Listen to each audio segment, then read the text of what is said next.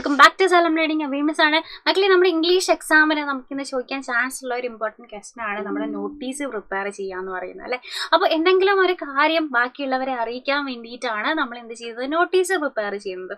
So നമ്മുടെ സ്കൂളിൻ്റെ വകയായിക്കോട്ടെ, ക്ലബിൻ്റെ വകയായിക്കോട്ടെ, ഒരു നോട്ടീസ് പ്രിപ്പയർ ചെയ്യുമ്പോൾ നമുക്ക് എന്ത് ചെയ്യണം, എന്തിനെ പറ്റിയിട്ടുള്ള ഒരു നോട്ടീസ് ആണ് എന്നുള്ളത് നമുക്ക് എന്ത് ചെയ്യണം, നമുക്കൊരു ഹെഡിങ് കൊടുക്കണം. അല്ലെങ്കിൽ ഏത് ക്ലബ്ബാണ് ഈ നോട്ടീസ് നൽകുന്നത് എന്നുള്ളത് നമുക്ക് എക്കോ ക്ലബ്ബ് ഡിസൈഡ് ചെയ്തു എന്ന് പറഞ്ഞിട്ട് നമുക്ക് എന്ത് ചെയ്യാം, സ്റ്റാർട്ട് ചെയ്യാം അല്ലെ. അപ്പൊ നോട്ടീസിന് ഒരു ഹെഡിങ് കൊടുക്കണം.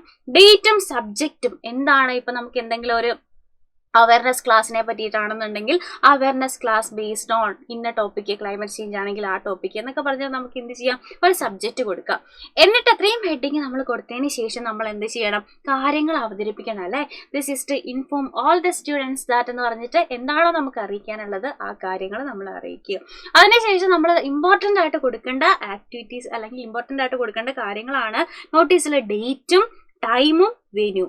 ഓക്കെ, ഏത് സമയത്ത് എവിടെ വെച്ച് അല്ലെങ്കിൽ ഏത് തീയതിയിലാണ്, ഈ 3 കാര്യങ്ങൾ നോട്ടീസിൽ ഇമ്പോർട്ടൻ്റ് ആയിട്ട് നിങ്ങൾ കൊടുക്കണം. എന്നിട്ട് അവസാനം നമുക്ക് all the students are cordially invited എന്നൊക്കെ പറഞ്ഞിട്ട് നമുക്ക് ഒരു ക്ഷണവും കൂടെ കൊടുക്കാം. ഓക്കെ, സോ ഈ ഒരു രീതിയിൽ അവസാനം നമ്മൾ ഏത് ഇഷ്യൂയിങ് അതോറിറ്റി ആരാണോ, സെക്രട്ടറി ആണെന്നുണ്ടെങ്കിൽ ആ ക്ലബിൻ്റെ സെക്രട്ടറി പേരും ഒപ്പം ഇത്രയും കാര്യങ്ങളാണ് നോട്ടീസിൽ വേണ്ടത്. സോ ഈ ഒരു വീഡിയോ യൂസ്ഫുൾ ആയിട്ടുണ്ടെന്നുണ്ടെങ്കിൽ തീർച്ചയായിട്ടും ഫ്രണ്ട്സിന് ഷെയർ ചെയ്ത് കൊടുക്കുക.